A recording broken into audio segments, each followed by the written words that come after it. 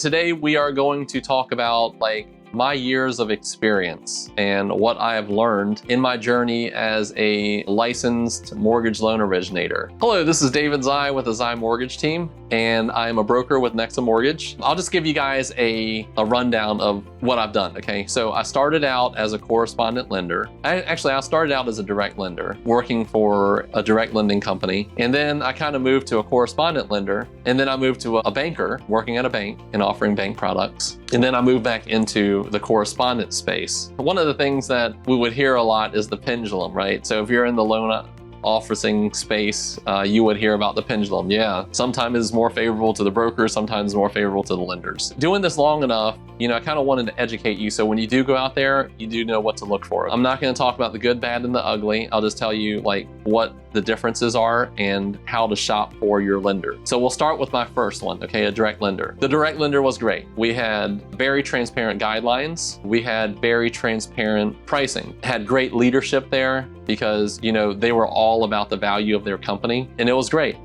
However, there was no flexibility in the guidelines. That set of guidelines was it. Okay, so let's just say, they have a VA loan. Their VA loan, they may have a overlay on it that says, hey, in order for us to do this VA loan, we need to ensure that we have to have 2 months of cash reserves, okay? And that's only for their company. VA says you don't need it. Then we get to my second organization, the correspondent lending. Wow, when I left the direct lending background and went to correspondent lending, I literally thought I hit the jackpot. And for a little while there, the reason I said that is because I'm now not stuck to one set of guidelines. I have 10 different choices and guidelines for a VA loan. We would say, okay, well, if we have, back in the days, we had the option to do tax transcripts or no tax transcripts. So if we went to this investor, we wouldn't need a tax transcript. If we went to this investor, we would need one. So that flexibility opened things up and it was great, okay? However, my challenge there was I didn't like the way things were run. It was more like the blue collar version of, a mortgage company. So I went to a bank, and working at the bank was great. I finally got to wear these 2-3-piece suits that I always purchased that I never wore at the previous lender. And, it was great. You were in a professional environment, there was solid leadership. They had a little bit of the correspondent side, which helped me out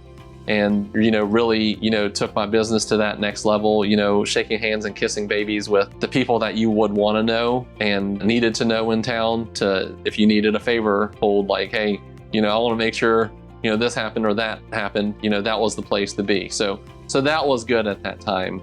And then, one of my core values is coachability, right? Constantly learning, whether it's learning about having someone teach you directly or always on my way to work and back and on long car trips. If the kids are watching a video in the back, I'm constantly listening to an audiobook because I want to learn more so that I can give that to my children. And even when we go on these long car trips, one of the rules is you read for 2 hours and you get to watch a 2-hour movie. I practice what I preach. And that's where when I went to a coaching group, I learned about something that was a big no-no in my 3 other positions. And that was going and being a mortgage broker. It was told that, hey, it was super independent and this and that. However, one thing that I figured was as a mortgage broker, you have access to wholesale lines of credit, right? You're lending directly from the lender.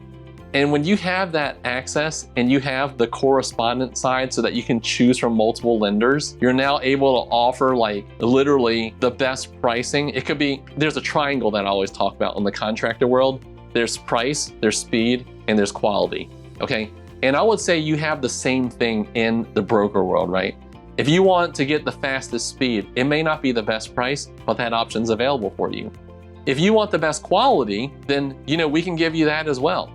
And then if you want the product and everything else, that's also available. That's why I recently made my change to Nexa Mortgage. And I tell you, after going on one of these calls and listening to everything that was being offered, I knew in my heart of hearts that, I usually do a lot of research, and everyone that I researched with had nothing but great things to say.